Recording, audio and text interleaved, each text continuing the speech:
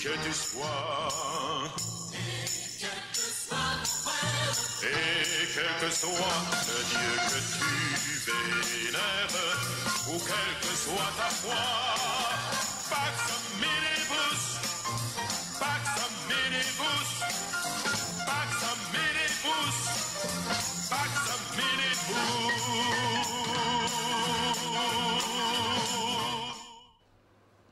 Madame, Monsieur Mbolo Samba, comme d'habitude, nous sommes heureux de vous savoir très nombreux à nous regarder dans le cadre de votre émission Dieu en question.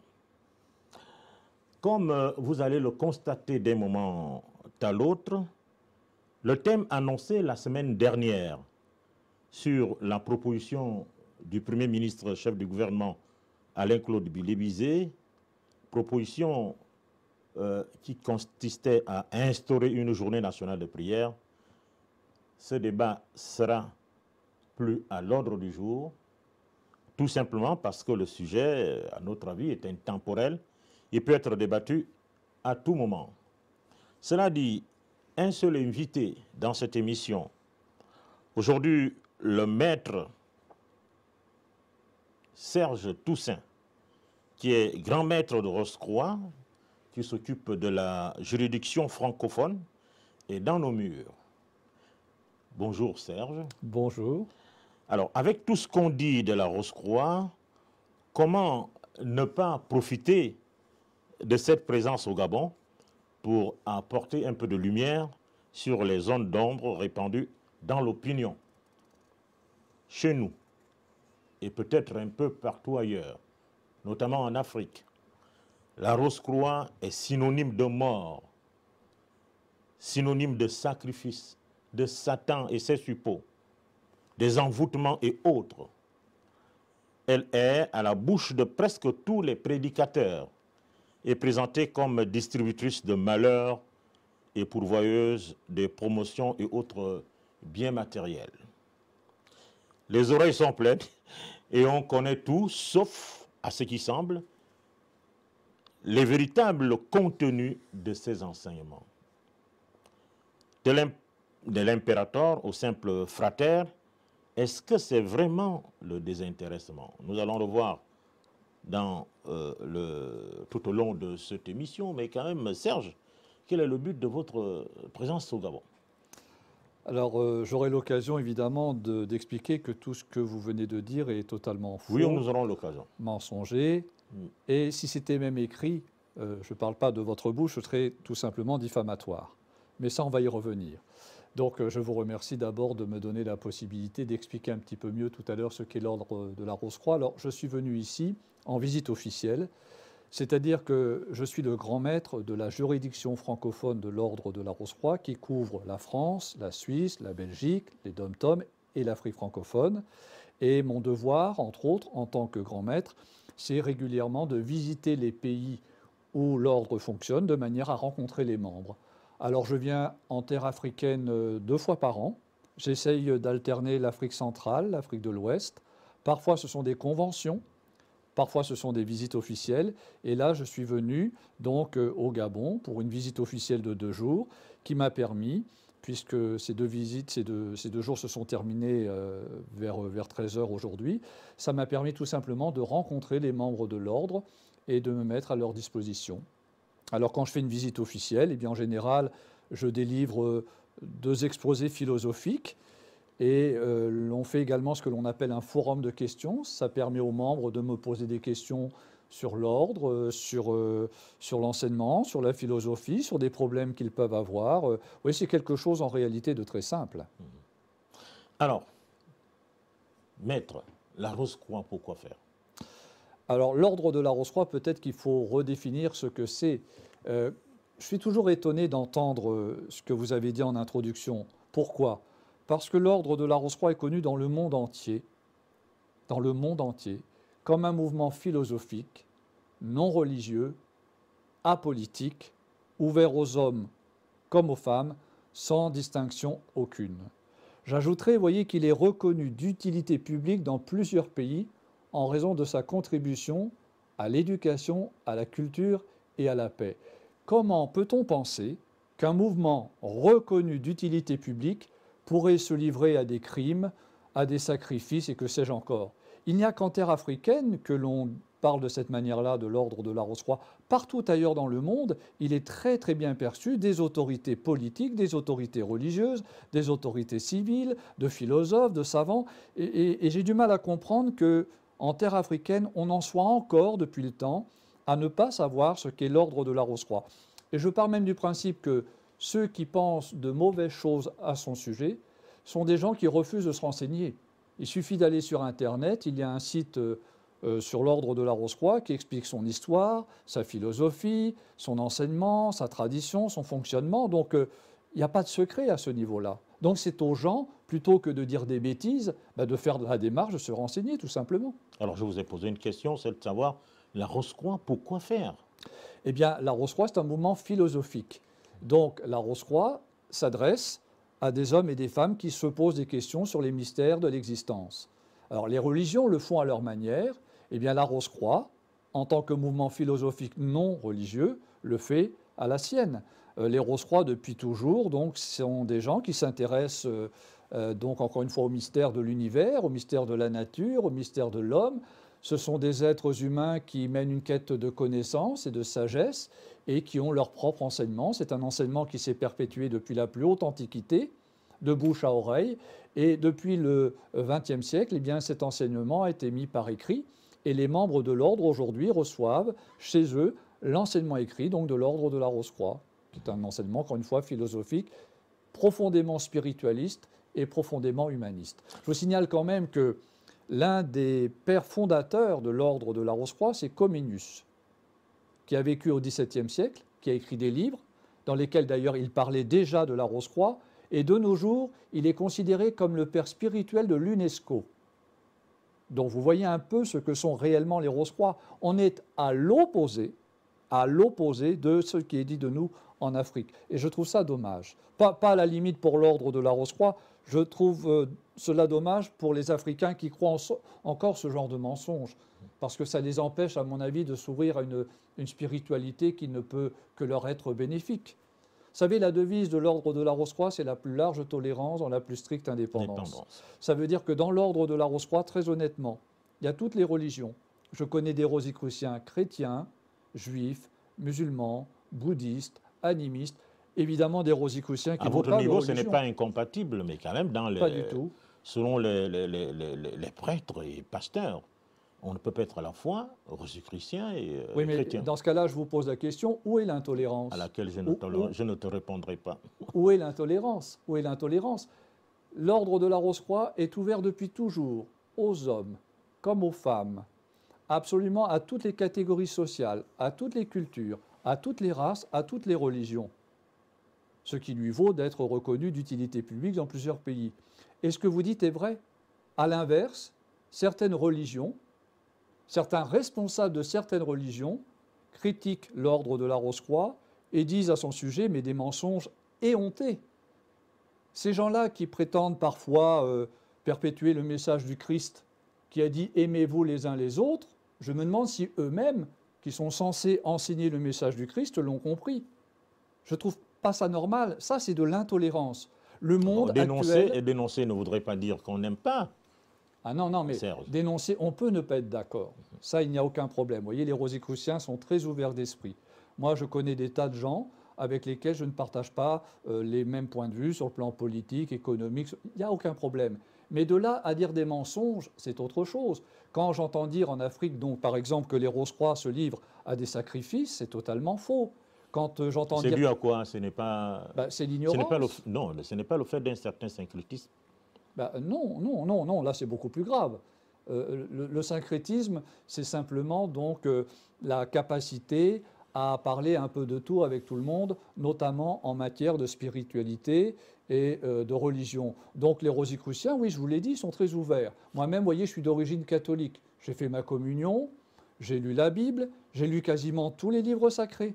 Le Coran, la Bhagavad Gita, le Tripitaka, pour justement m'en faire une idée. Et je respecte énormément tous les livres sacrés. Vous voyez? Donc la tolérance, elle est vraiment du côté des Rosicruciens. Et l'intolérance, elle est du côté de ceux qui disent oui, les Rose-Croix, c'est des satanistes, etc. D'ailleurs, ça m'amuse puisque les Rose-Croix ne croient pas à l'existence de Satan.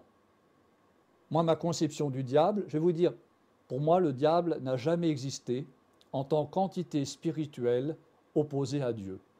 De mon point de vue, le diable est une création des humains, peut-être pour symboliser leurs craintes, leurs peurs, et ça, je le comprends. Mais le vrai diable, c'est l'homme lui-même. Si diable il y a, Si diable il y a, c'est l'homme lui-même quand il applique son libre arbitre d'une manière négative. Quand il y a des humains qui volent, qui violent, qui pillent, qui massacrent, ce n'est pas le diable qui le fait. Ce sont des hommes. Donc, vous voyez, pour moi, le diable... qui sont habités par le diable. Non, pas du tout. Ils sont habités par eux-mêmes, ce sont des choix qu'ils font. Quand vous regardez l'actualité internationale, partout il y a des guerres, partout il y a des crimes, partout il y a des meurtres. Pourquoi voulez-vous que ce soit le diable qui le fasse à travers eux? C'est trop facile. Donc ça veut dire que les hommes n'auraient aucune responsabilité dans le mal qu'ils font. Ce n'est pas la faute des hommes, c'est la faute du diable qui agit à travers les hommes. Non, ça c'est de la superstition. La réalité, c'est que les humains que nous sommes, nous avons le libre arbitre. Ce libre arbitre, ou bien nous l'utilisons pour faire le bien, ou bien nous l'utilisons pour faire le mal. Or, il y a des êtres humains, par ignorance, par bêtise, par méchanceté, par sectarisme, par intolérance, par tout ce que vous voulez, vont faire le mal. Et c'est eux qui sont responsables, et eux seuls. Le diable n'a rien à voir là-dedans. Alors, on va parler de Rose-Croix tout à l'heure. Oui. Mais j'aimerais savoir quels sont vos rapports avec les autres écoles de mystère. Alors aucun, puisque la devise de la MORC, c'est la plus large tolérance, je viens de vous le dire, dans la plus stricte indépendance. Ça veut dire que l'ordre de la Rose-Croix n'est pas une religion, je vous l'ai dit, mais admet toutes les religions. Et l'ordre de la Rose-Croix, très important aussi, ne fait pas du tout de politique. Ça veut dire que faire de la politique, dans le cadre de notre mouvement, est strictement interdit. Donc nous n'avons aucun lien avec aucune autre religion, aucun autre mouvement, quel qu'il soit, religieux, philosophique, culturel, politique. Et ça, pour nous, c'est très important parce que ça nous donne cette liberté qui nous permet justement de nous exprimer librement comme je le fais grâce à vous aujourd'hui. Alors, ce que je voulais savoir dans cette question, quels sont vos rapports avec, par exemple, les musulmans, les francs-maçons? Alors, et, je vous l'ai dit, par exemple, dans l'ordre, à l'heure où je vous parle, on peut être à la fois rosicrucien et franc-maçon? Ah ben bien sûr, on peut être rosicrucien chrétien, rosicrucien bouddhiste, musulman, et il y a des rosicruciens francs-maçons, encore heureux, puisque sinon ça voudrait dire qu'on met des barrières. Cela dit, l'ordre de la Rose-Croix en tant que tel n'a pas de lien avec la franc-maçonnerie.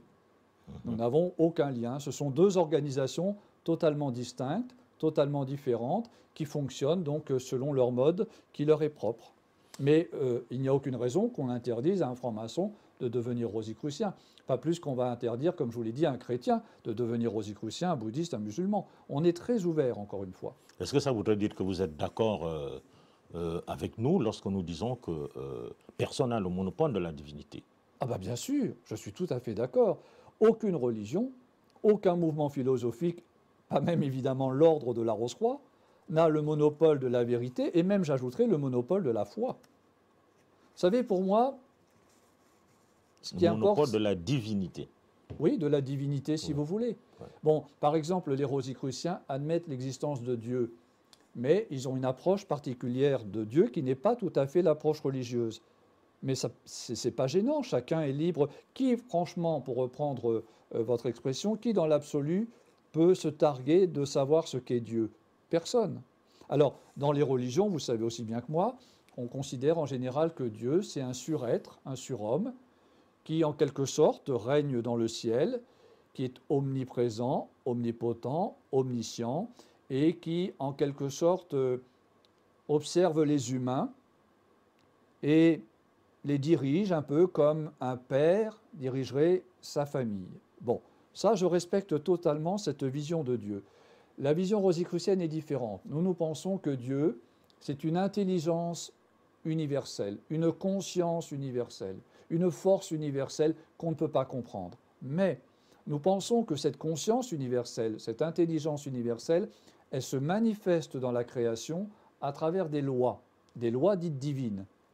Alors ces lois divines sont ou naturelles, ou universelles, ou spirituelles. Et le but de l'enseignement rosicrucien, vous voyez, ce n'est pas vraiment d'étudier Dieu, parce qu'on pense que Dieu est incompréhensible, mais d'étudier les lois par lesquelles Dieu se manifeste dans l'univers, dans la nature et dans l'homme lui-même, comme je l'ai dit au début de cette émission. Alors, comment vous étudiez ces lois, justement? Eh bien, l'enseignement rosicrucien, de nos jours, se présente sous la forme de 12 degrés.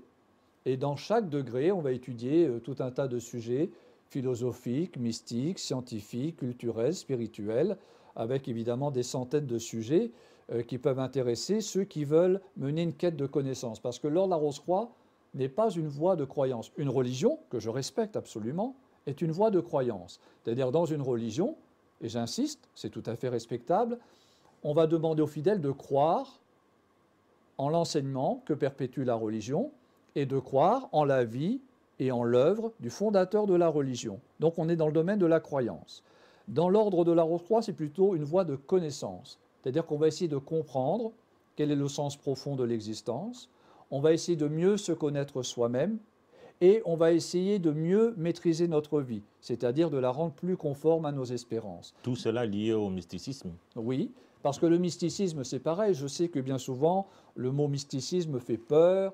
On se demande ce que ça veut dire. En réalité, il faut revenir à l'étymologie du mot mysticisme. Le mot mysticisme est un mot d'origine grecque, le mot mystikos, qui veut dire étude des mystères. Donc en réalité, vous voyez, le mysticisme, ce n'est pas autre chose que l'étude des mystères de la vie, tout simplement. Donc un rosicrucien, une rosicrucienne, c'est un mystique dans le sens qu'il s'intéresse aux mystères de l'existence, tout simplement, et avec beaucoup de tolérance, beaucoup d'ouverture d'esprit. Les Africains n'ont rien à craindre des Rose-Croix, au contraire. Un exemple de mystère de la vie? La mort. Vous étudiez la mort. Bien sûr. Et vous la qualifiez de transition, changement d'état. L'un des plus grands mystères de la vie, c'est vraiment la mort, parce que on peut voir, vous comme moi, on voit ce qui fait suite à la naissance, on est d'accord. Un enfant va naître, il va grandir, etc. Par contre, qui peut parler en parfaite connaissance de cause de ce qui se passe au moment de la mort?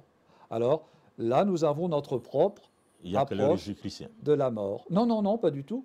On a notre approche de la mort, mais chacun est libre de l'accepter ou non. Nous, ce que nous pensons, si vous voulez, c'est que tout être humain, vous comme moi, nous sommes un corps physique animé par une âme. Alors, la plupart des religions, au moment de la mort, vous le savez, considèrent que l'âme va quitter le corps et va se rendre au paradis, en enfer, éventuellement au purgatoire. Ça, moi, je le respecte totalement. Mais ce n'est pas l'approche rosicrucienne de la mort. Nous, nous pensons qu'au moment de la mort, l'âme quitte le corps, va se fondre dans ce que l'on appelle l'âme universelle. Les bouddhistes également se réfèrent à l'âme universelle, dans l'attente de se réincarner. C'est-à-dire que les rosicruciens sont des adeptes de la réincarnation.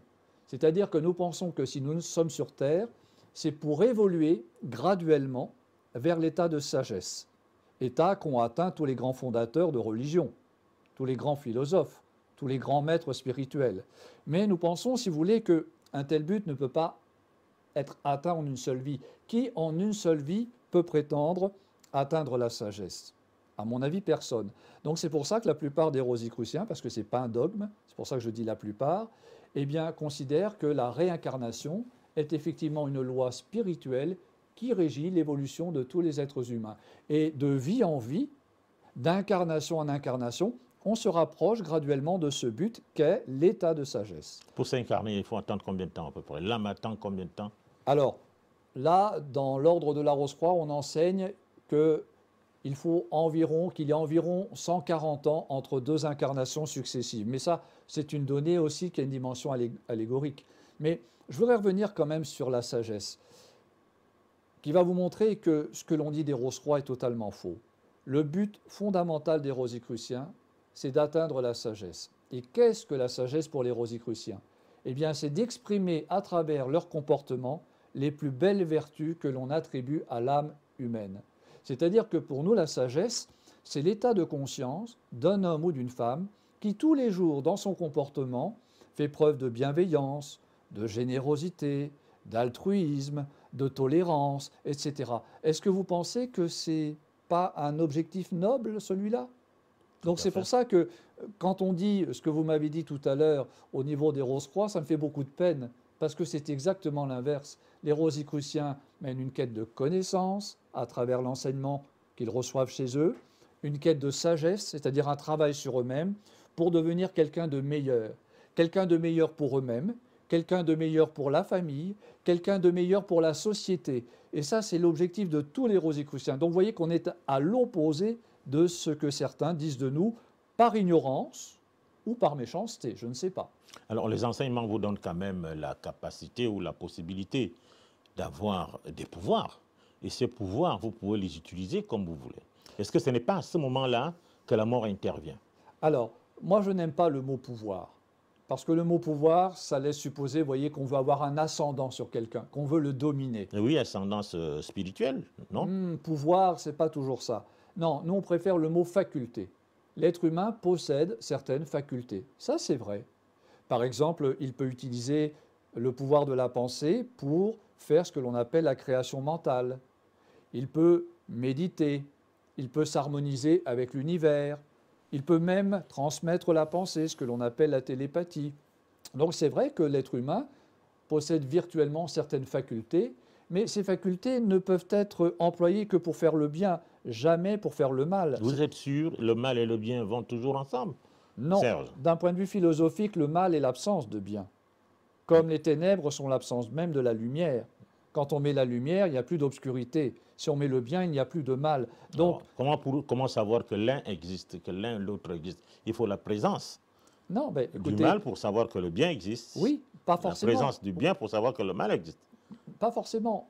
Je pense qu'on peut le voir à travers le comportement humain. Je pense, si vous voulez, qu'il y a des comportements qui sont fondamentalement bons et des comportements qui sont fondamentalement mauvais. Là, je crois qu'on va être d'accord tous les deux. Quand on est gentil, quand on est généreux, quand on est bienveillant, quand on est tolérant, quand on est fraternel, etc., quand on aime, vous êtes d'accord, c'est fondamentalement bien. Inversement, quand on pille, quand on tue, quand on massacre, quand on viole, quand on est sectaire, quand on est intolérant, c'est fondamentalement mal. Alors les Rosicruciens, ils ont choisi leur camp. C'est celui-là, c'est celui du bien. Mais vous remarquerez qu'un défaut est l'absence d'une qualité. Quelqu'un qui fait preuve de haine, c'est qu'il n'a pas éveillé l'amour. Quelqu'un qui fait preuve d'égoïsme, c'est qu'il n'a pas éveillé la générosité. Quelqu'un qui fait preuve de malveillance, c'est qu'il n'a pas éveillé la bienveillance. Eh bien, la philosophie rosicrucienne, elle a pour but d'éveiller ce qu'il y a de meilleur dans la nature humaine pour justement exprimer ce qu'il y a de meilleur, c'est-à-dire le bien. C'est un travail qu'on fait sur soi. Pour tuer les égos. Oui, parce que l'ego, on en a tous un, et l'ego, il a des aspects positifs, mais il a aussi des aspects négatifs. Bon, parlons un peu du Gabon, à peu près 163 membres. Autour de 200 membres. Ah, ce n'est pas un grand mouvement, hein, vous le voyez bien, ce n'est pas une religion. Alors, c'est mal connu, bien connu ou rejeté, à votre avis? Je pense que c'est mal connu. Alors, rejeté toujours par une minorité qui ne veut pas s'informer, parce que je redis ce que j'ai dit tout à l'heure, de nos jours, en 2023, quelqu'un qui veut savoir au Gabon ce qu'est l'ordre de la Rose-Croix, il suffit qu'il aille sur Internet. Tout est dit sur l'histoire, la tradition, la philosophie, l'enseignement, le fonctionnement, tout y est dit.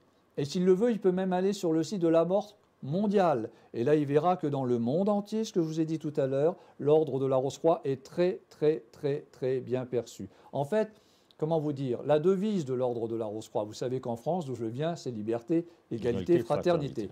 La devise de l'ordre de la Rose-Croix dans le monde entier, c'est spiritualité, humanisme, écologie. On a toujours été précurseurs dans ces trois domaines. Donc voilà, celui qui veut se renseigner, il peut le faire sans aucune difficulté. Alors je pense quand même, on en parlait avec le responsable de l'ordre au Gabon, on commence quand même à avoir une ouverture, notamment et tant mieux chez les jeunes. J'ai l'impression que les jeunes, ici au Gabon, mais je pense que c'est vrai ailleurs, parce qu'on a le même phénomène dans le monde entier par rapport à l'ordre de la Rose-Croix, intéresse de plus en plus les jeunes qui, a priori, donc, sont beaucoup plus ouverts et beaucoup plus tolérants.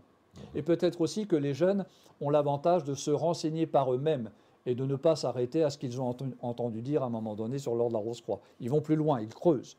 Parce que les jeunes, vous savez, ont plus le sens critique que les générations passées. Et c'est de ce côté-là que vous vous faites Non, non. Non, des non. appels pieds, non? Non, pas du tout. L'ordre de la Rose-Croix ne fait pas du tout de prosélytisme. Je vous l'ai dit, il a un site internet. Et ceux qui entendent parler des Rose-Croix, eh bien, ils peuvent faire la démarche d'aller voir de quoi il s'agit. Et puis après, ils ont leur propre jugement. On ne force évidemment personne à devenir membre de l'ordre. On ne fait pas de prosélytisme. C'est interdit chez nous. Alors, est-ce que vous avez entendu parler de nos rites? Vous connaissez le Ndjembe, le Ndjobi? Alors là, j'en suis désolé, non. Et c'est dommage. Je reconnais, je ne connais pas bien vos traditions, vos rites. Je sais que je les respecte par avance. Et ça me donne envie, ce que vous me dites, de mieux me renseigner. Donc, non, pas se renseigner, de vous initier, parce que le séjour est un peu court.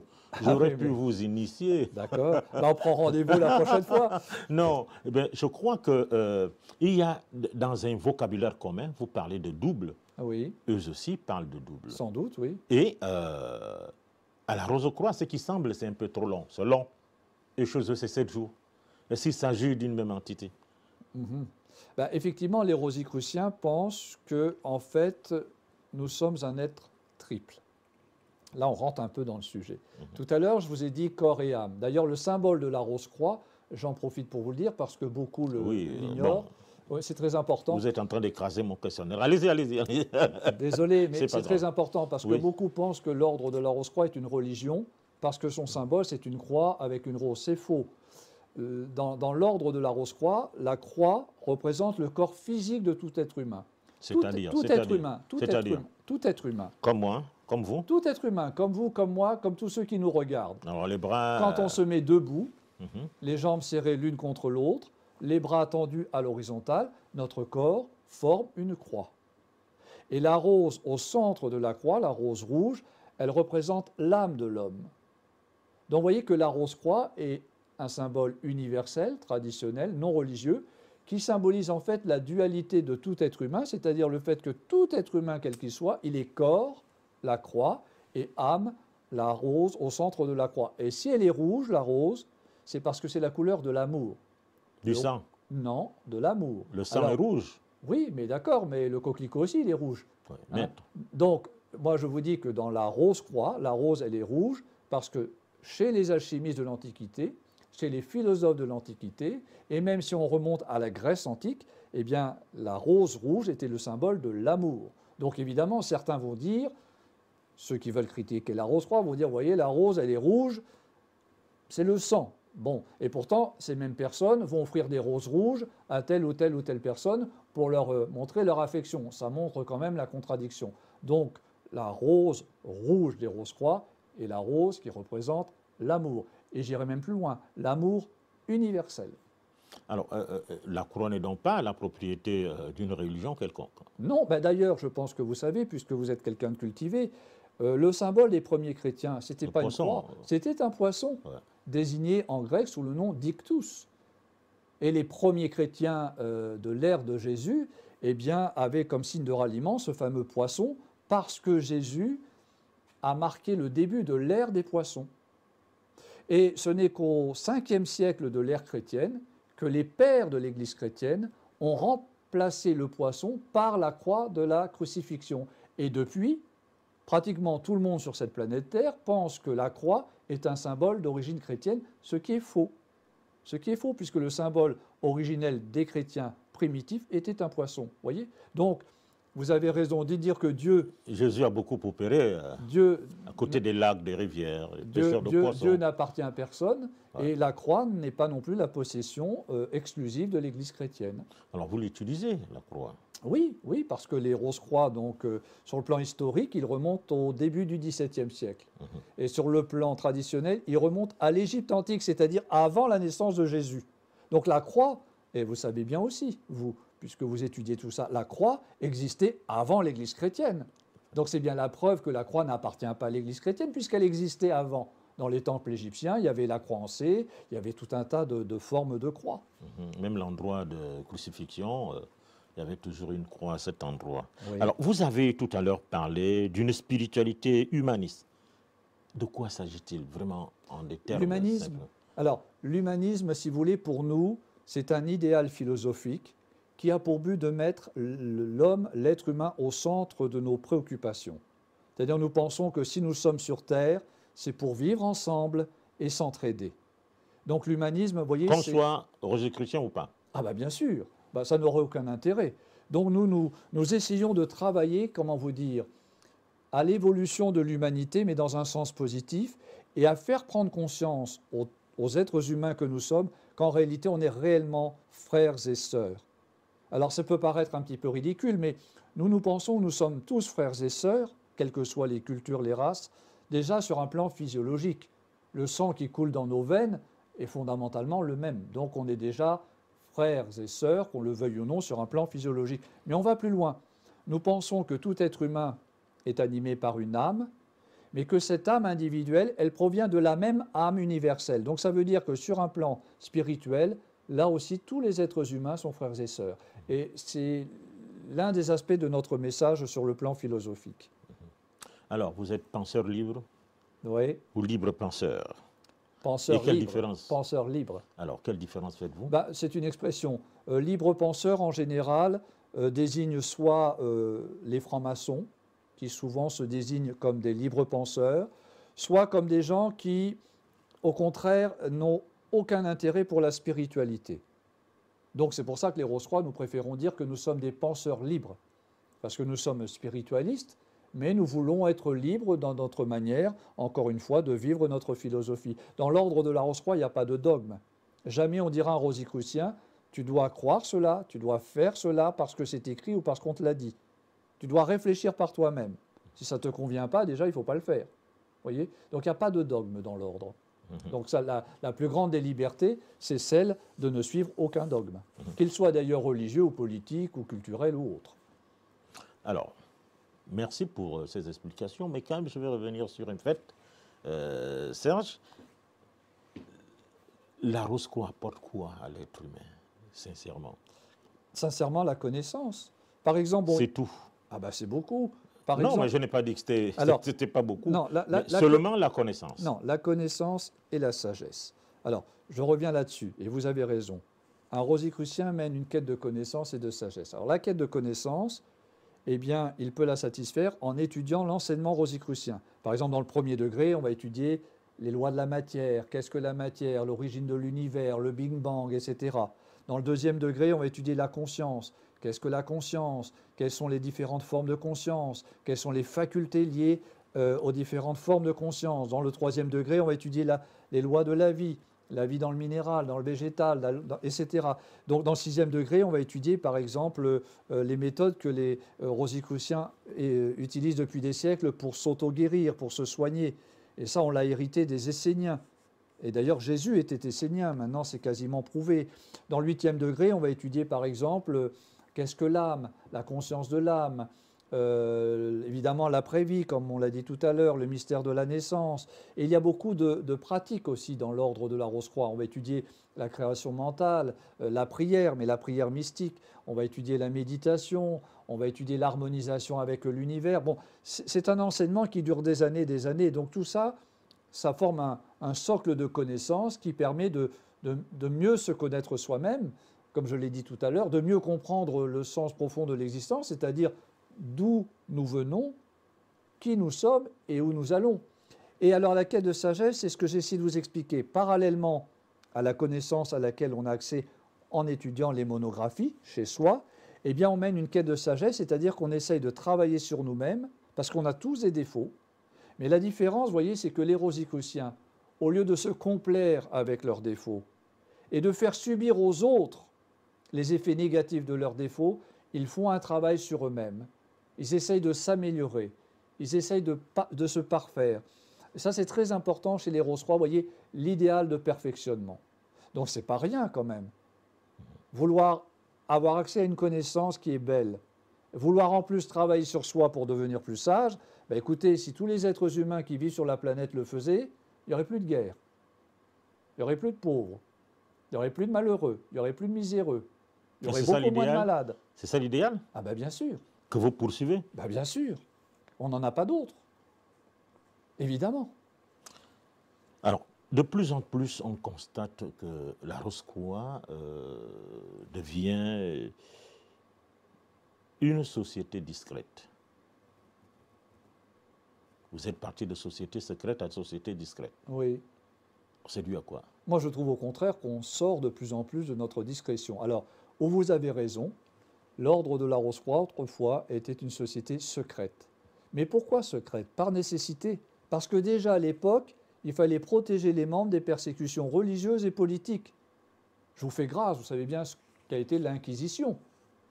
Bon, eh ben, écoutez, on parlait de... là c'est un fait, vous voyez, il y a des gens qui disent des horreurs sur la Rose-Croix qui sont des mensonges, qui sont des calomnies. Par contre, si moi je dis que l'Église chrétienne, catholique en particulier, s'est livrée à l'Inquisition, c'est un fait historique. Ce n'est pas Serge Toussaint qui le prétend, c'est prouvé par les historiens. On a tué, on a massacré des gens parce qu'ils ne partageaient pas la croyance de l'Église catholique. Si on parle, excusez-moi, des croisades, parce que là encore vous êtes quelqu'un de cultivé, quand il y a eu les croisades, que les chrétiens d'Europe sont allés donc en Orient, ont massacré les musulmans, ont pillé, ont violé les femmes, c'est un fait historique, ce n'est pas Serge Toussaint qui l'invente, vous voyez. Donc il faut faire attention, ceux qui donnent des leçons de morale, hein, et qui sont parfois des responsables de religion, ben, il ferait bien, comme on le dit familièrement, de balayer devant leur porte et de réviser leur histoire. Alors je le dis avec beaucoup de bienveillance et beaucoup de tolérance, mais il faut faire attention à ce qu'on dit, hein. Donc là, encore une fois, ce n'est pas le discours de l'ordre que justement de faire preuve d'intolérance. Mais j'attends en retour la même chose de la part de ceux qui font preuve d'intolérance à l'encontre de l'ordre de la Rose-Croix. Est-ce que vous faites la promotion des grands mystères de l'ésotérisme et comment? Oui, bah, les mystères, il y en a beaucoup. Par exemple, la création de l'univers, j'en ai parlé ce matin aux membres de l'ordre, puisque mon but, quand je viens les voir, c'est de parler des mystères, de parler de notre philosophie, de nos enseignements. Je vais vous donner un exemple, mais je pense que vous le connaissez. L'univers, notre univers, il est apparu il y a à peu près 13 milliards 800 millions d'années. Il est prouvé de nos jours que juste avant que l'univers n'apparaisse, il avait la grandeur d'un atome. Les astrophysiciens l'ont démontré. Si ça, ce n'est pas un mystère, est-ce que vous réalisez donc que juste avant ce que l'on appelle le Big Bang, qui a donné naissance à l'univers avec ses milliards de galaxies, ses milliards de systèmes solaires, eh bien ce même univers qui aujourd'hui est immense, peut-être même infini, il tenait dans un atome primordial. Eh bien, chez les Rosicruciens, on va essayer de comprendre comment une telle chose, comment un tel miracle a-t-il pu être possible. Prenons un exemple au niveau des humains. Quand on songe qu'un être humain au départ, et vous le savez comme moi, c'est un œuf d'1 millimètre de diamètre. Le fœtus, au départ, un œuf d'1 millimètre de diamètre. Et dans cet œuf d'1 millimètre de diamètre, il y a tout ce qui vous a fait vous, il y a tout ce qui m'a fait moi. Si ça, ce n'est pas un miracle de la nature, qu'est-ce que c'est? C'est le miracle de la vie. Vous voyez, je vous donne deux grands miracles. Le miracle à l'origine de l'univers, le miracle à l'origine de la vie. Ben déjà, il faut des heures, des années pour essayer de comprendre tout ça. Et alors, il y en a évidemment qui ne s'intéressent pas à ça. Mais nous, on s'y intéresse. Et vos études portent justement sur ces... Entre autres, sur ces sujets-là, bien entendu. Mystère. Et le mystère de l'amour, comment vous l'approfondissez? De l'amour? Oui. Alors, ça, c'est quelque chose de très intéressant. Nous pensons que l'amour est une faculté de l'âme qui nous anime. L'amour n'est pas quelque chose d'intellectuel, de cérébral. Là aussi, j'en ai parlé, vous voyez. Vous étiez avec nous, là, c'est pas possible. Du tout, du tout, du tout. Bon, j'en ai parlé, c'est-à-dire qu'on n'a jamais trouvé dans le cerveau une zone qui soit responsable de l'amour. Alors, si tel est le cas, c'est parce que les Rosicruciens pensent que l'amour, comme la bienveillance, comme la gentillesse, comme la générosité, comme la tolérance, sont des vertus de l'âme humaine. Spinoza le disait déjà. La plupart des grands philosophes l'ont dit. Vous êtes sur Terre pour prendre conscience des vertus inhérentes à votre âme et pour apprendre à les éveiller et à les exprimer à travers votre comportement. C'est ce que les Rosicruciens essayent de faire. Ils essayent de prendre conscience de ce qu'il y a de meilleur en eux, pour ne pas dire de plus divin, et de l'exprimer tous les jours à travers leurs pensées, à travers leurs paroles et à travers leurs actions. Et lorsque vous additionnez l'âme et la matière, qu'est-ce que ça donne? Ça donne la dualité. Et là, vous avez raison. Par exemple, tout être humain, vous, moi, dès lors qu'on a une approche spiritualiste de l'existence, puisque certains ont une approche matérialiste, je pense que vous, vous avez une approche spiritualiste, moi aussi, eh bien nous-mêmes, nous sommes faits de matière, le corps, et de spiritualité, l'âme qui anime ce corps. Oui, alors le travail sur soi-même. Oui. Vous, les Rosicruciens, vous faites des efforts là-dessus. Le travail, et ça revient souvent, le travail sur soi-même. J'espère que vous n'allez pas me renvoyer lire les monographies. Alors, le travail sur soi-même, comment ça peut se faire?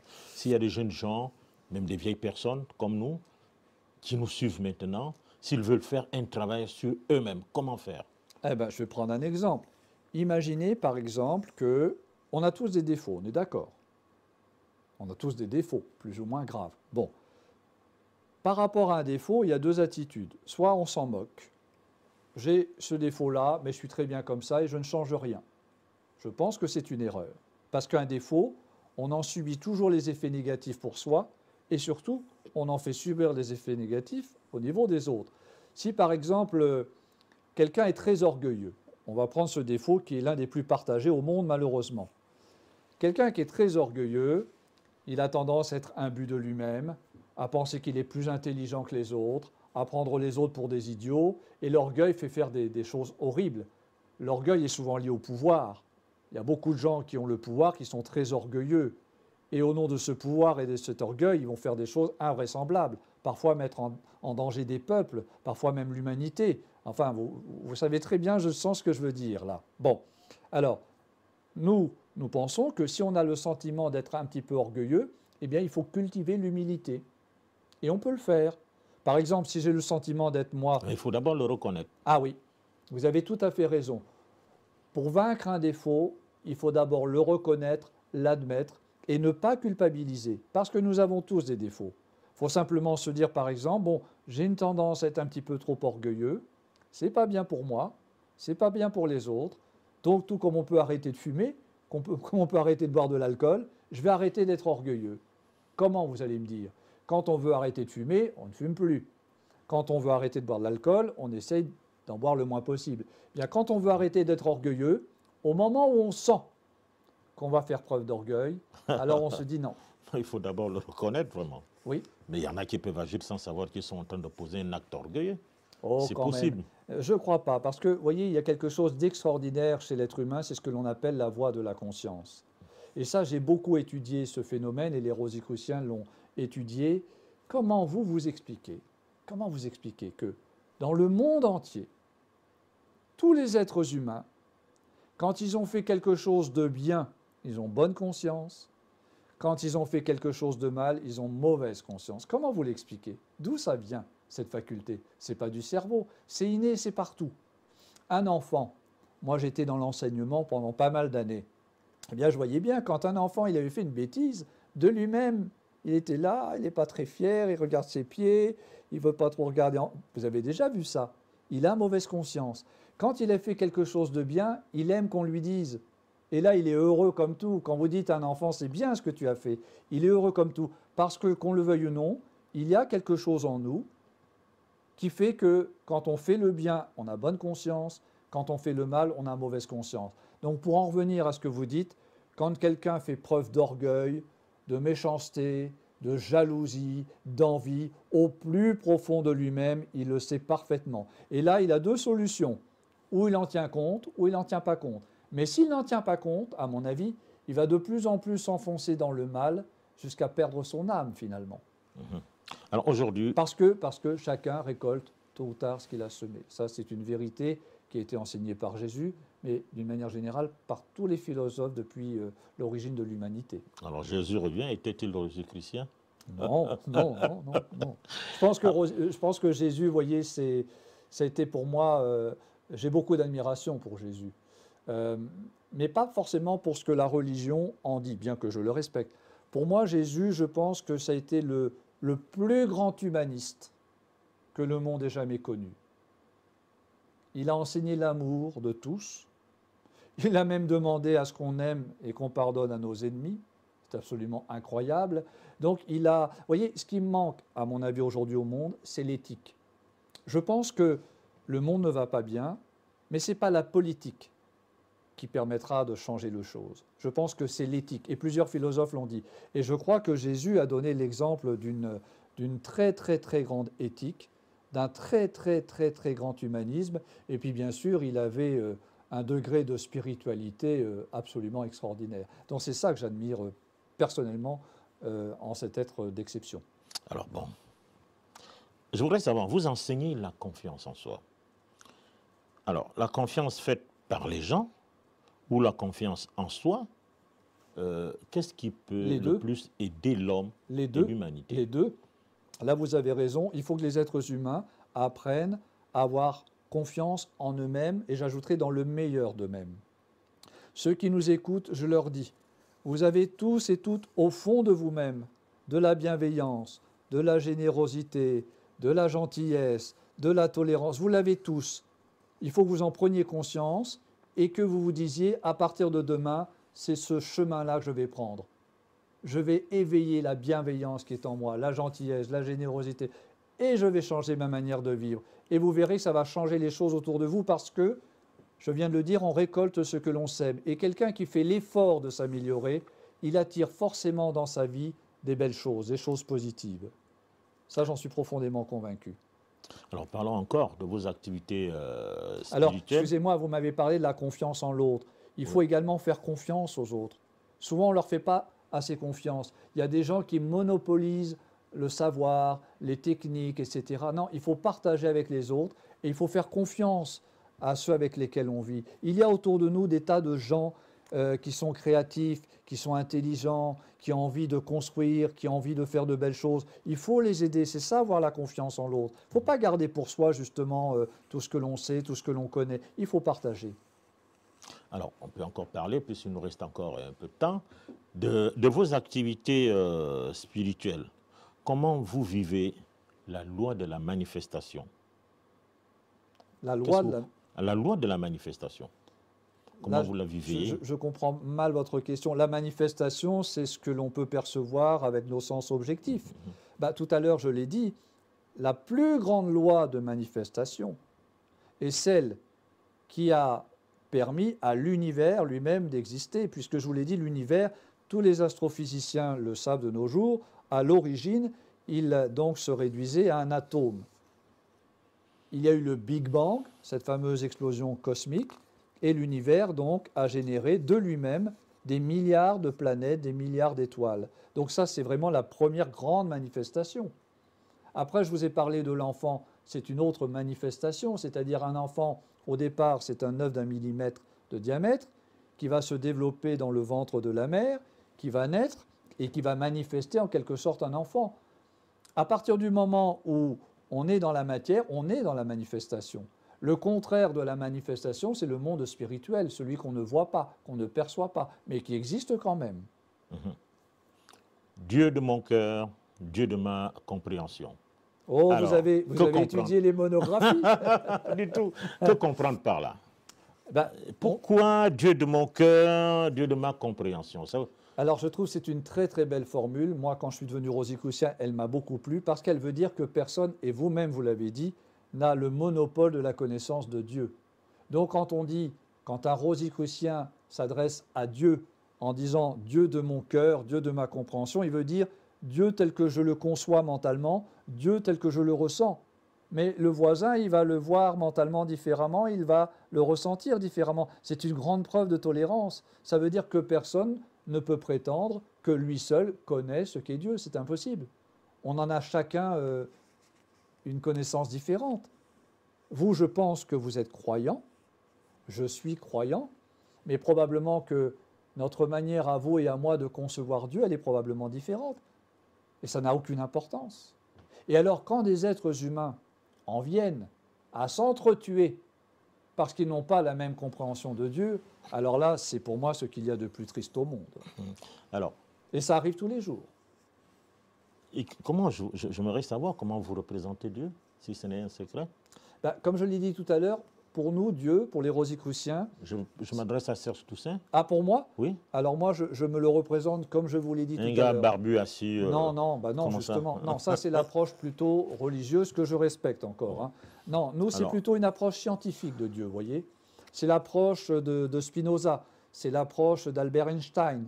C'est-à-dire, pour nous, Dieu, c'est une énergie, c'est une intelligence cosmique, impersonnelle, et qui se manifeste à travers des lois. Voilà la conception que j'ai de Dieu. Non, est-ce qu'il faut passer par les lois pour s'adresser à lui? Ben, en quelque sorte, oui, parce que, non, on peut s'adresser à lui, mais personne ne peut connaître ce qu'est Dieu. Est-ce que le physique Par contre, peut les s'adresser à manifestations, l'énergie? vous avez repris tout à l'heure le mot manifestation, les manifestations de Dieu dans l'univers, je l'ai dit tout à l'heure, dans la nature et dans l'homme lui-même, celles-là, on peut les étudier, on peut les comprendre, les savants le font, les mystiques le font aussi. Et comment le physique peut s'adresser à l'énergie? Est-ce qu'il n'y a pas de dichotomie? Physique s'adresser à l'énergie. Non, Est-ce parce que que- l'être humain a en lui un état aussi capable de s'adresser à ce qui est, j'allais dire... Oui, par le biais de sa conscience. Nous avons un corps, mais ce qui est miraculeux, c'est que dans ce corps, il y a une conscience. Quand je ferme les yeux, j'ai conscience. Vous vous rappelez, je pense, donc je suis, de Descartes, Ouais. qui était rosicrucien, entre parenthèses, qui a connu l'ordre de la Rose-Croix, il en a fait partie. Donc, ce qui est miraculeux, encore une fois, chez l'être humain, c'est que nous avons la conscience, nous sommes capables de penser. Est-ce que cette conscience-là est divine? Et cette conscience, oui, elle a une part en elle de divine. Donc c'est avec notre conscience qu'on peut s'adresser à Dieu tel qu'on le comprend. Pourquoi? Parce que nous sommes convaincus que tout l'univers est imprégné d'une âme universelle, Atman pour les bouddhistes. Que cette âme universelle possède une fonction, un attribut, la conscience universelle. Et que la conscience qui est en vous et qui est en moi est une expression de cette conscience universelle. Ça veut dire, comme le disait Jésus, parce que moi aussi je peux citer Jésus, qu'en réalité, la conscience divine, elle est à l'intérieur de tout être humain. Il a dit « le royaume des cieux est en vous » parce que c'est vrai. Il y a en nous des niveaux de conscience extraordinaires.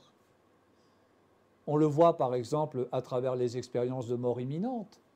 On le voit quand on arrive à hypnotiser certaines personnes dans un cadre médical, j'insiste. On voit qu'en l'être humain, il y a des potentiels de conscience absolument extraordinaires.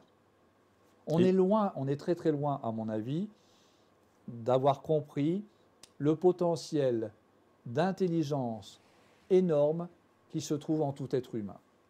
D'ailleurs, Albert Einstein, auquel je me suis référé, il disait lui-même que, de son point de vue, l'être humain n'utilise, et je pense que vous savez, que 10% des facultés de sa conscience. Ça veut dire qu'il y en a encore 90% à découvrir. Alors, est-ce que ça voudrait dire que tout être humain a un segment de Dieu en lui qu'il faut réveiller ou éveiller? Je partage tout à fait votre point de vue. Alors, comment faire pour le mettre en mouvement? Est-ce que c'est ce qu'enseigne la Rose-Croix? Bien sûr.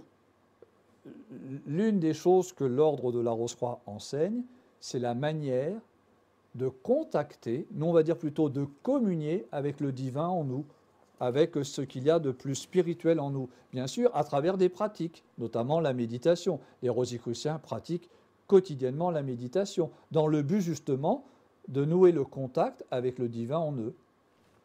Bien sûr, ça fait partie de nos pratiques régulières, mais il y en a d'autres. Il y en a d'autres. Alors, en dehors de l'appellation frater, comment reconnaître notre rosicrucien? Oh ben, on ne le sait pas forcément. Alors, frater soror, vous avez raison, c'est le nom que l'on donne aux rosicruciens entre eux, c'est d'origine latine. Aujourd'hui, la langue universelle, c'est l'anglais, mais au départ, lorsque l'ordre de la Rose-Croix est apparu, c'était plutôt le latin. Alors, on va dire frater, ça veut dire frère, et soror, ça veut dire sœur. Alors, revenons un peu sur la mort, puisqu'il nous reste un peu de temps. Très peu de temps, devrais-je dire. Peut-on évoluer sans aller au temple, sans voir l'autre? J'entends par l'autre rosicrucien. Est-ce qu'on peut évoluer comme ça? Ah ben bien entendu. Alors d'abord, je pense que tout être humain évolue, mais il en a plus ou moins conscience. Parce que de toute façon, c'est la loi. Nous sommes sur Terre, d'un point de vue rosicrucien, pour évoluer. Donc même si je ne suis pas croyant, j'évolue à mon niveau. Après, un croyant lui-même, il évolue.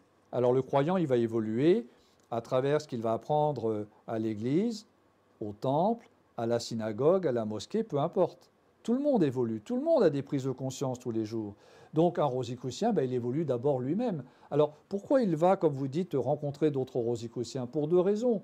C'est-à-dire que quand on est Rosicrucien, je vous l'ai dit, c'est une quête de connaissance, c'est une quête de sagesse, mais j'ajouterais c'est une quête de fraternité. On ne peut pas vivre tout seul, isolé des autres. Alors certains Rosicruciens, pas tous, eh bien, vont dans ce que l'on appelle des loges pour rencontrer d'autres membres, avoir avec eux des relations amicales, fraternelles, et surtout échanger avec eux sur des sujets philosophiques et mystiques. C'est le but parce qu'on ne peut pas toujours, par exemple, un Rosicrucien dans une famille qui ne s'intéresse pas du tout à tout ce que l'on vient de dire cet après-midi, il est tout seul. Si personne dans sa famille, son père, sa mère, son frère, sa sœur ne s'intéresse pas du tout à ça, le pauvre, il est là, il a l'impression d'être un extraterrestre. Et c'est quand même pas toujours facile à vivre. En allant dans une loge, il va retrouver des membres de l'ordre avec lesquels, enfin, il va pouvoir échanger sur tous les sujets qui le passionnent. Y a-t-il, j'allais dire, est-ce que vous avez entre vous des rituels dans l'ordre? Est-ce qu'il y a des rituels? Alors, le commun des mortels ne connaît pas, oui, n'a pas accès. Oui, oui, oui. Les rituels. Il y a, oui. Alors, quand on est Rosicrucien, on peut aller à des réunions. En général, il y en a 2 par mois. Et chaque réunion, donc, est ouverte par un petit rituel très symbolique, très beau. On va simplement allumer des bougies, on va allumer un petit peu d'encens, comme ça s'est fait depuis la nuit des temps dans tous les lieux considérés comme spiritualistes. Ensuite, qu'est-ce qui se passe? Eh bien, le responsable du groupe, qui est nommé pour une année, il va lire un message philosophique à tous ceux qui sont là. Ça va être par exemple les rêves, l'origine de l'univers, les étapes de la conscience, la guérison, comment méditer, comment prier, etc. Donc c'est un message, on appelle ça un message, un exposé, qui va durer à peu près 20 minutes en lecture. Et après, tous ceux qui sont là peuvent échanger, discuter, poser des questions. Vous voyez, c'est très vivant. Et c'est aussi simple que ça. Et il n'y a pas de magie, il n'y a pas d'occultisme, et puis il n'y a pas de sacrifice. Oui, justement, je voulais en parler. Bah oui, mais non. Vous ne connaissez pas de sacrifice. Bah, écoutez, je vous l'ai dit au début de l'émission. Non, je voudrais, puisque nous allons nous séparer, confirmez-le. Je le confirme. Écoutez, je vous ai dit, je fais appel à votre intelligence. Je fais appel à l'intelligence de tous ceux qui nous écoutent. Est-ce que vraiment vous pensez que si l'ordre de la Rose-Croix se livrait à des sacrifices, j'insiste, il serait reconnu d'utilité publique dans plusieurs pays du monde? Utilité publique, vous savez ce que ça veut dire, en raison de sa contribution à la culture, à l'éducation et à la paix. Comment oui, ça c'est l'aspect... Ah non, c'est l'aspect officiel. Dans ce cas-là, ça veut dire que tous les gouvernements de tous les autres pays sont totalement incompétents. C'est l'aspect de l'iceberg. Et que seuls les gouvernements africains connaissent la vérité sur les Rose-Croix. Non, là, ce serait franchement stupide. Quand vous êtes reconnu d'utilité publique dans des pays très avancés, très développés, où il y a des enquêtes sérieuses qui sont faites, c'est que c'est la vérité. D'ailleurs, je vais vous dire, monsieur, ceux qui disent que l'ordre de la Rose-Croix fait des sacrifices, et que sais-je encore, qu'ils l'écrivent, ou qu'ils le disent à la radio et à la télévision, et alors nous les poursuivrons pour diffamation, et on est sûr de gagner, et ils devront s'excuser. Parce qu'ils ne pourront jamais apporter le moindre début de preuve de tout ça, parce que tout ça, c'est faux. Tout ça, c'est de la calomnie, tout ça, c'est du mensonge. Et ça, je pense être quelqu'un de bienveillant. Vraiment, ceux qui me connaissent peuvent le reconnaître. Mais face au mensonge, à la calomnie, je n'aurai aucune retenue. Donc ceci est un avertissement. C'est quoi, une menace ou... Ah non, je dis non, c'est un avertissement. Je ne menace jamais. Mais puisque vous revenez sur ce sujet-là, oui, je trouve que ce n'est pas normal qu'on puisse dire de tels mensonges à propos des Rose-Croix. On a le droit de ne pas être d'accord avec les Rose-Croix. On a le droit de ne pas les aimer. Je trouve ça dommage. Parce que l'idéal des Rosicruciens, lui, à l'inverse, c'est d'aimer tout le monde. Bon, ça c'est notre idéal. Je pense que je vous l'ai expliqué ce soir. Donc, franchement, il faudrait que ceux qui disent ce genre de bêtises se renseignent et puis éventuellement nous ignorent.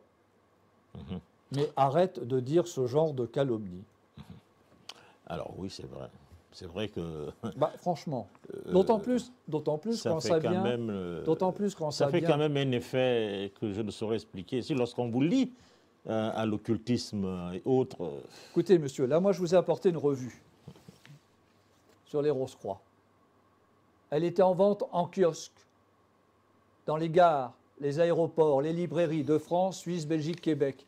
Vous croyez qu'on vendrait ça en kiosque si vraiment c'était la revue d'un ordre satanique qui fait des sacrifices? Écoutez, il faut quand même, à un moment donné, il faut faire preuve d'intelligence et penser par soi-même, je pense. Donc là, je fais appel à l'intelligence de ceux qui nous écoutent, de ceux qui nous regardent.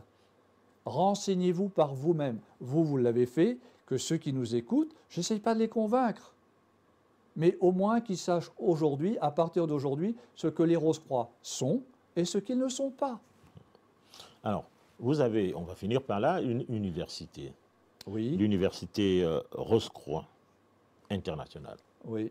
Alors, quels sont les enseignements qui sont dispensés à l'intérieur? Alors, cette université Rose-Croix internationale, c'est très intéressant parce qu'elle représente le plus haut niveau de culture spiritualiste qui existe au monde.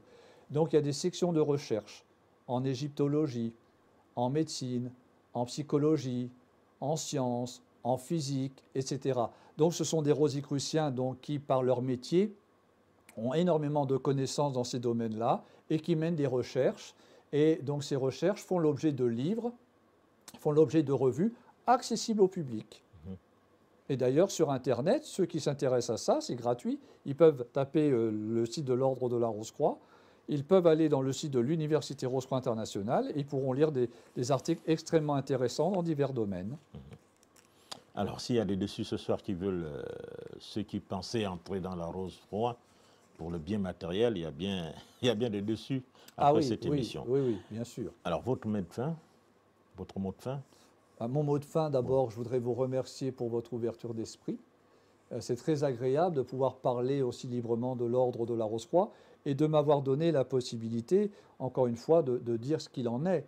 Et vous avez senti que j'étais choqué par le fait que certains, au Gabon et ailleurs, puissent laisser supposer que les rosicruciens ne sont pas des gens bien.